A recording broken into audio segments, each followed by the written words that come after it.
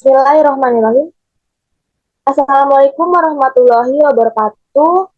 Kami dari kelompok 2A akan mempresentasikan materi tentang reaksi metabolisme karbohidrat dalam tubuh. Yang terhormat kepada Bapak Dr. Budi Arifin, SSI, MSI, selaku dosen mata kuliah reaksi senyawa kimia organik. Saya Mutia Fajriani Hikmah dengan NIM J0412221033 selaku moderator pada presentasi kali ini akan memperkenalkan anggota tim saya, yaitu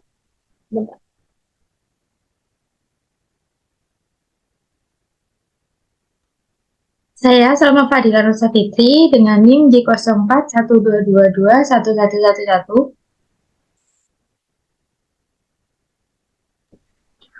Saya Muhammad Aan Fauzan dengan NIM J0412221024.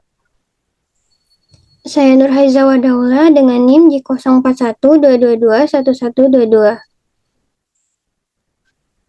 Saya Lista Nur Fadila dengan NIM J0412221032. Baik, presentasi kali ini akan dipresentasikan yang pertama oleh Muhammad Aan Fauzan. Pada Aan dipersilakan. Yang pertama, metabolisme karbohidrat. Apa itu karbohidrat? Karbohidrat merupakan salah satu zat gizi yang diperlukan oleh manusia yang berfungsi untuk menghasilkan energi bagi tubuh manusia. Karbohidrat sebagai zat gizi merupakan nama kelompok zat-zat organik yang mempunyai struktur molekul yang berbeda-beda. Namun juga terdapat persamaan, yaitu semua karbohidrat terdiri atas unsur karbon, hidrogen, dan oksigen. Karbohidrat merupakan senyawa yang mengandung banyak gugus hidroksi, dengan gugus utamanya adalah aldehida atau keton, atau suatu zat yang bila dihidrolisis akan menghasilkan senyawa sejenis itu. Sumber karbohidrat adalah padi-padian atau serealia, umbi-umbian, kacang-kacang kering, dan gula. Sumber karbohidrat yang banyak dimakan sebagai makanan pokok di Indonesia adalah beras, jagung, ubi, singkong, talas, dan sagu. Next. Fungsi dari karbohidrat bagi tubuh manusia sangat diperlukan guna menunjang aktivitas sehari-hari yang dapat meningkatkan atau memberi energi bagi tubuh selain lemak dan protein. Selain itu, fungsi karbohidrat juga dapat untuk pengendali berat badan, kemudian untuk pencegah berbagai penyakit, dan terakhir untuk penentu indeks glikemik. Untuk klasifikasi karbohidrat, yang pertama karbohidrat sederhana, ada monosakarida dan disakarida, dan untuk yang kedua ada karbohidrat kompleks, yaitu ada olisakarida dan posakarida. Untuk selanjutnya bisa dibacakan oleh Aziza.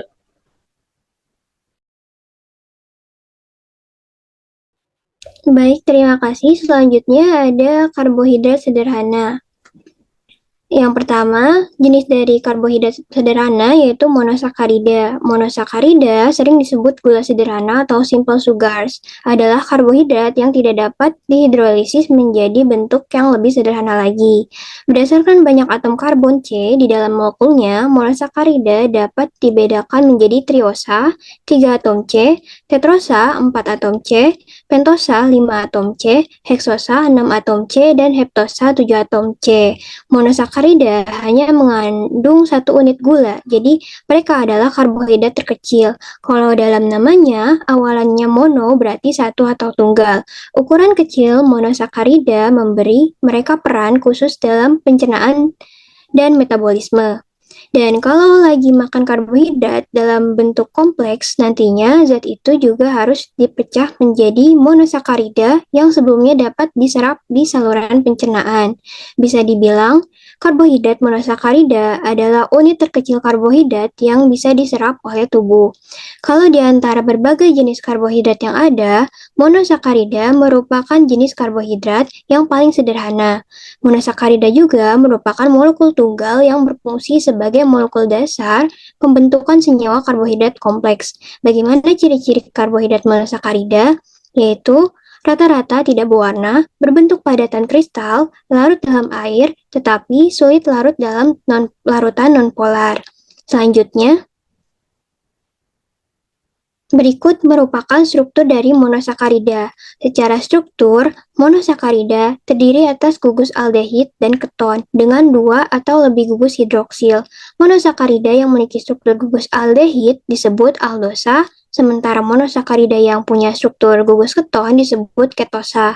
Keduanya jumlah atom C-nya minimal 3 atom. Monosakarida memiliki rumus kimia CXH2OY. Nama dari monosakarida ini ditentukan oleh jumlah atom C yang ada pada senyawa tersebut. Contoh jumlah atom C ada 2 nama, yaitu diosa, contohnya glikoladehida, ada juga triosa, atom C-nya ada 3, contohnya gliseradehida, dan masih banyak lagi. Pada monosakarida, atom C biasanya berupa C chiral, sehingga monosakarida memiliki stereoisomer, yaitu molekul dengan rumus molekul yang sama, tetapi posisi atom-atom penyusunnya berbeda. Akibat dari stereoisomer ini, monosakarida memiliki enantiomer dan epimer. Enantiomer merupakan stereoisomer yang berupa bayangan kaca dari suatu molekul. Berdasarkan sifat ini, monosakarida dibagi menjadi dextro D atau D-glukosa, dan cerminannya levoglukosa atau L-glukosa. Selanjutnya, contoh dari monosakarida dari 5 atom C, pentosa yang mempunyai 5 atom C. Contohnya ada ribosa, arabinosa, ribulosa. Contoh dari heksosa yang memiliki 6 atom C, yaitu glukosa, manosa, galaktosa, dan fruktosa. Selanjutnya, glukosa. Glukosa disebut juga gula darah karena dijumpai dalam darah. Fruktosa disebut juga levulosa karena dapat memutar bidang polarisasi ke kiri. Fruktosa terdapat dalam buah-buahan dan madu. Galaktosa merupakan monosakarida penyusun laktosa, suatu gula susu yang terikat bersama dengan glukosa. Selanjutnya, ada jenis kedua dari karbohidrat sederhana, yaitu disakarida. Merupakan karbohidrat yang tersusun dari 2 molekul monosakarida yang dihubungkan oleh ikatan glikosida. Ikatan glikosida terbentuk antara atom C1, suatu monosakarida, dengan atom O dari OH monosakarida. Disakarida memiliki 3 macam, yaitu maltosa, sukrosa, dan laktosa. Selanjutnya, materi akan dijelaskan oleh rekan saya, Mutia. Baik, yang pertama ada maltosa. Jadi maltosa adalah suatu disakarida dan merupakan hasil dari hidrolisis parsial tepung amilum. Maltosa tersusun dari molekul alpha D glukosa dan beta D glukosa. Fungsi dari maltosa sendiri yaitu pemanis tambahan di berbagai makanan dan minuman kemasan. Sumber makanan paling umum dari maltosa adalah biji-bijian dan sereal seperti gandum, jagung, barley, serta produk turunannya seperti tepung, roti, biskuit, dan sereal. Yang kedua ada sukrosa. Sukrosa adalah jenis gula disakarida yang terbentuk dari fruktosa dan glukosa. Rumus molekul dari sukrosa yaitu C12H22O11. Sukrosa terdapat dalam gula tebu dan gula bit. Sukrosa dikenal dengan gula pasir. Sukrosa tersusun oleh molekul glukosa dan fruktosa yang dihubungkan oleh ikatan 1,2 alfa. Fungsi dari sukrosa sendiri yaitu memberikan energi bagi tubuh dalam menjalankan fungsi dasar organ beraktivitas. Jenis dari suklosa ini harus dipecah oleh tubuh menjadi bentuk paling sederhana, yaitu menjadi glukosa dan fruktosa. Yang ketiga ada laktosa. Laktosa adalah komponen utama yang terdapat pada air susu ibu dan air susu sapi. Laktosa tersusun dari molekul beta-degalaktosa dan alpha-D-glukosa yang dihubungkan oleh ikatan 1,4 beta. Fungsi laktosa dalam air susu ibu atau ASI yaitu sebagai sumber energi untuk otak. Laktosa juga merupakan prebiotik yang menjadi sumber energi bagi mikroba dalam usus, sehingga berperan menjaga kesehatan pencernaan. Selanjutnya yaitu ada karbohidrat kompleks. Yang pertama ada oligosakarida. Oligosakarida adalah kondensasi dari 2-10 monosakarida, yaitu oligosakarida dapat berubah disakarida, disakarida, dan tetrasakarida. Sifat dari oligosakarida sendiri yaitu polimer monosakarida bersifat larut dalam air dan merupakan gula reduksi. Peran oligosakarida dalam tubuh yaitu sebagai sumber energi sel enkaptorisit dan dikaitkan dengan produksi asam lemak rantai pendek yang menjadi kunci sebagai pemberi sinyal molekul untuk memelihara kesehatan usus. Selanjutnya, contoh dari oligosakarida yaitu secara alami terdapat pada sumber makanan dan minuman seperti tomat, fructo-oligosakarida, susu sapi dan ASI, galacto-oligosakarida, buah-buahan dan sayur-sayuran, silo-oligosakarida, serta kacang-kacangan, raffinose oligosakarida. Selanjutnya ada polisakarida yang merupakan hasil kondensasi dari lebih dari 20 unit monosakarida. Polisakarida terdiri dari homopolisakarida dan heteropolisakarida. Homopolisakarida adalah polisakarida yang terdiri dari unit monosakarida yang sama, yang hanya mengandung satu unit jenis monosakarida. Polisakarida pada hidrolisis menghasilkan hektosa disebut heksosan, contohnya glikogen, pati, dan selulosa. Polisakarida yang menghasilkan pentosa disebut pentosan, contohnya gumi arabicum. Sedangkan heteropolisakarida terdiri dari unit monosakarida yang berbeda. Misalnya, asam hyaluronat pada jaringan pengikat yang mengandung N-asetil glikosamin dan asam glukoronat. Polisakarida merupakan polimer yang terbentuk dari monosakarida yang tersusun banyak. Polisakarida biasanya memiliki rasa yang hambar dan sulit larut dalam air. Kegunaan polisakarida sendiri yakni sebagai nutrisi, contohnya amilum dan glikogen.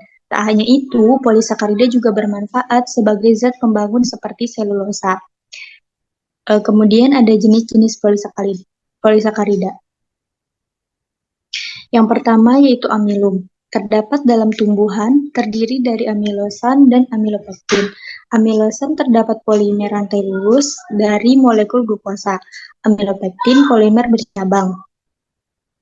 Amilum dihasilkan dari dalam daun-daun hijau sebagai wujud penyimpanan sementara dari produk fotosintesis.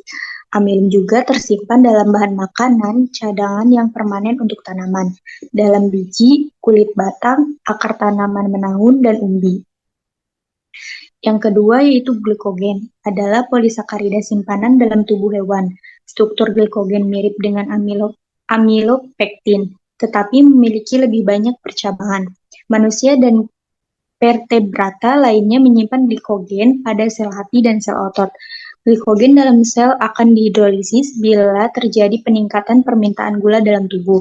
Hanya saja energi yang dihasilkan tidak seberapa, sehingga tidak dapat diandalkan sebagai sumber energi dalam jangka lama. Kemudian ada selulosa. Selulosa adalah polimer rantai lurus dari glukosa. Digunakan Untuk serat kertas atau serat sintesis, selulosa adalah komponen utama penyusun dinding sel tumbuhan. Di dalam susunan makanan, selulosa berperan sebagai sumber serat. Tubuh makhluk hidup tidak dapat mencerna selulosa, sehingga tidak memberikan sumbangan energi bagi tubuh. Serat makanan yang dihasilkan berguna untuk kelancaran pencernaan makanan dalam saluran pencernaan, membentuk volume makanan, memberikan rasa kenyang. Selulosa adalah senyawa paling berlimpah di bumi, yaitu diproduksi hampir 10 miliar ton per tahun. Ikatan glikosidik selulosa berbeda dengan pati, yaitu monomer selulosa seluruhnya terdapat dalam konfigurasi beta. Selanjutnya ada manfaat karbohidrat dalam tubuh. Manfaatnya diantaranya sebagai sumber energi utama bagi tubuh. Yang kedua, sumber energi bagi otak. Mempertahankan massa otot tubuh, ada mengoptimalkan fungsi protein, dan meningkatkan penyerapan nutrisi oleh tubuh. Selanjutnya ada tahapan metabolisme karbohidrat. Selanjutnya yaitu metabolisme karbohidrat. Metabolisme karbohidrat merupakan bagian dari proses katabolisme, yaitu proses pemecahan molekul-molekul besar dan kompleks menjadi bentuk yang lebih sederhana. Salah satu contohnya adalah proses perubahan dari karbohidrat menjadi monosakarida. Proses metabolisme karbohidrat dibagi menjadi glikolisis, glikogenolysis, dan glukogenesis. Glikolisis disebut juga dengan Embalen-Meyerhof pathway adalah peristiwa pemecahan satu molekul glukosa atau 6 atom C menjadi asam piruvat atau 3 atom C yang berlangsung di sitoplasma dalam kondisi anaerob. Pada peristiwa ini menghasilkan hasil samping berupa 2 molekul NADH2 dan 2 molekul ATP. Untuk mempermudah memahami peristiwa glikolisis dapat diringkas menjadi 2 tahapan pokok sebagai berikut, yaitu pada rangkaian pertama yaitu reaksi glikolisis pelepasan energi berlangsung dalam sitoplasma dalam kondisi anaerob atau tanpa udara, yaitu diawali dari reaksi penguraian molekul glukosa menjadi glukosa 6-fosfat yang membutuhkan -1 energi dari ATP dan melepas 1P. Jika glukosa 6-fosfat mendapatkan tambahan 1P menjadi fruktosa 6-fosfat, kemudian menjadi fruktosa 1,6-fosfat yang membutuhkan -1 energi dari ATP yang melepas 1P. Jadi, untuk mengubah glukosa menjadi fruktosa 1,6-fosfat, energi yang dibutuhkan sebanyak -2 ATP. Selanjutnya, fruktosa 1,6-fosfat masuk ke dalam mitokondria dan mengalami lisis atau pemecahan menjadi dehidroksi aseton fosfat dan fosfogliseraldehid. Lalu pada rangkaian kedua reaksi glikolisis yaitu membutuhkan oksigen berlangsung di dalam mitokondria. Dalam kondisi awal, molekul fosfogliseraldehida yang mengalami reaksi fosforilasi atau penambahan gugus fosfat, dan dalam waktu yang bersamaan juga terjadi reaksi dehidrogenasi atau pelepasan atom H yang ditangkap oleh akseptor hidrogen, yaitu koenzim NAD. Dengan lepasnya 2 atom H, fosfogliseraldehid berubah menjadi 2 kali 1,3 asam difosfogliseral, kemudian berubah menjadi 2 kali 3 asam fosfogliseral yang menghasilkan +2 energi ATP. Selanjutnya, 2 kali 3 asam fosfogliseral tersebut berubah menjadi 2 kali asam piruvat dengan menghasilkan +2 energi ATP serta H2O atau sebagai hasil sisa. Next. Berdasarkan tahapan secara ringkas di atas, untuk memecah glukosa menjadi asam piruvat dibutuhkan 2 ATP dan terjadi pelepasan energi 4 ATP serta pelepasan hidrogen yang berpotensi energi tinggi yang ditangkap oleh kofaktor NAD+ atau nicotinamide adenin dinukleotida menjadi NADH. Hasil bersih dari pemecahan satu glukosa dalam glikolisis menghasilkan 2 molekul asam pirufat, 2 ATP, dan 2 NADH2. Selanjutnya ada dekarboksilasi oksidatif. Pada dasarnya, dekarboksilasi oksidatif merupakan bagian dari tahapan penting siklus Krebs. Dekarboksilasi merujuk pada tahap perubahan asam pirufat menjadi asetil-CoA, sedangkan siklus Krebs merujuk pada di bawahnya matriks mitokondria untuk melakukan serangkaian siklus Krebs. Dekarboksilasi oksidatif adalah peristiwa pelepasan gugus karboksil dari asam pirufat 2C3 dan penambahan molekul CoA sehingga menghasilkan asetil-CoA 2C2 dalam suasana aerob atau dengan udara yang berlangsung di membran kristal mitokondria. Bukti adanya pelepasan gugus karboksil dari 2 asam pirufat adalah dihasilkannya 2 CO2 dan 2 NADH2 pada akhir reaksi. Reaksi dekarboksilasi oksidatif dikatalisis oleh enzim pirufat dehidrogenase. Lalu ada siklus Krebs. Prinsipnya, daur asam sitrat atau daur Krebs adalah siklus pemecahan asetil-CoA menjadi CO2 yang berlangsung secara anaerob di dalam matriks mitokondria. Asetil-CoA sebagai bahan dalam siklus ini masuk dan bereaksi dengan asam oksaloasetat C4 menjadi asam sitrat atau C6. Selanjutnya, asam sitrat 6C akan secara bertahap melepaskan 2 atom C-nya, sehingga menjadi asam oksaloasetal C4 lagi. Peristiwa pelepasan atom C diikuti dengan pelepasan energi yang berupa ATP. Pada tiap tahap pelepasan ATP dapat langsung digunakan oleh sel.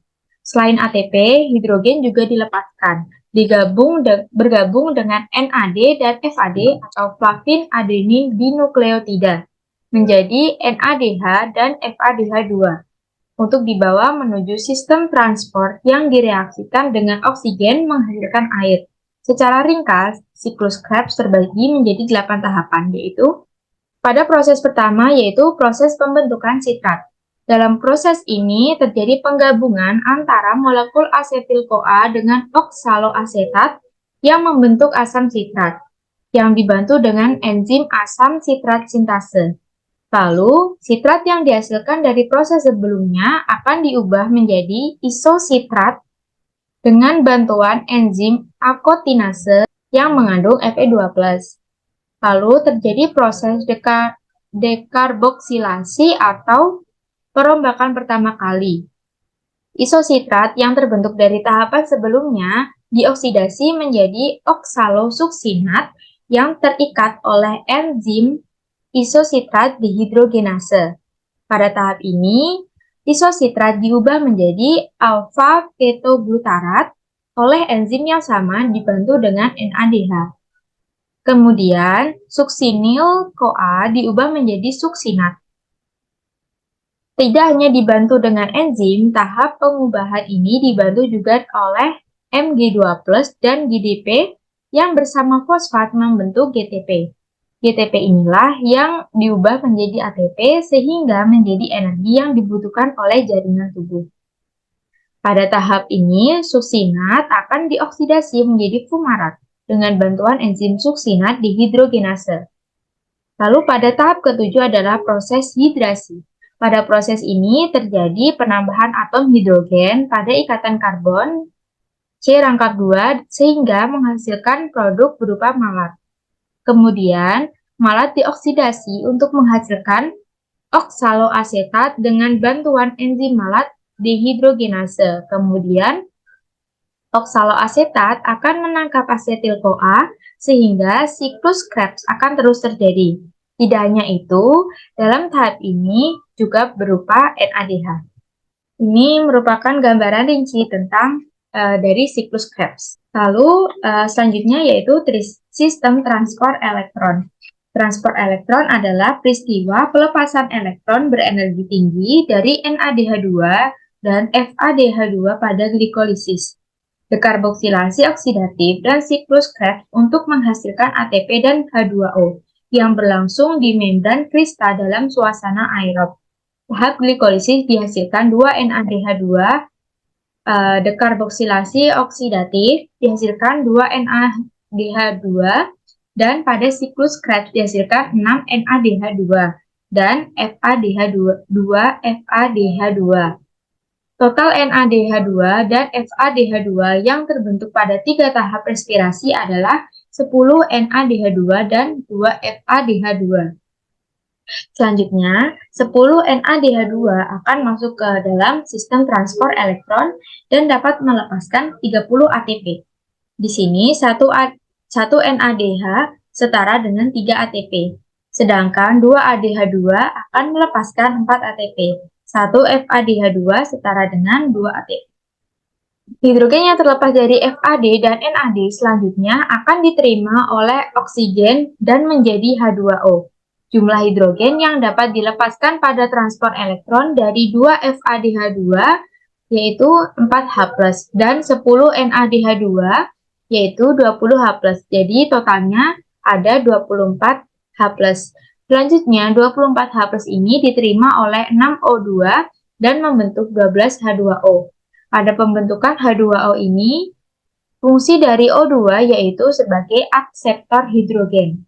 Hasil yang berupa 12H2O dari transport elektron ini sebanyak 6H2O digunakan pada siklus Krebs sehingga hasil bersih molekul air hanya sebanyak 6H2O. Nah, berikut yaitu gambar dari rantai transport elektron. Baik, kita sudah di penghujung presentasi kali ini. Sebelum presentasi diakhiri, kami kelompok 2A akan menyampaikan terima kasih atas atensi Bapak, Ibu dosen, beserta teman-teman semuanya yang sudah menyaksikan presentasi kali ini. Semoga materi yang kami sampaikan dapat bermanfaat bagi kita semua. Kurang lebihnya mohon maaf. Wassalamualaikum warahmatullahi wabarakatuh.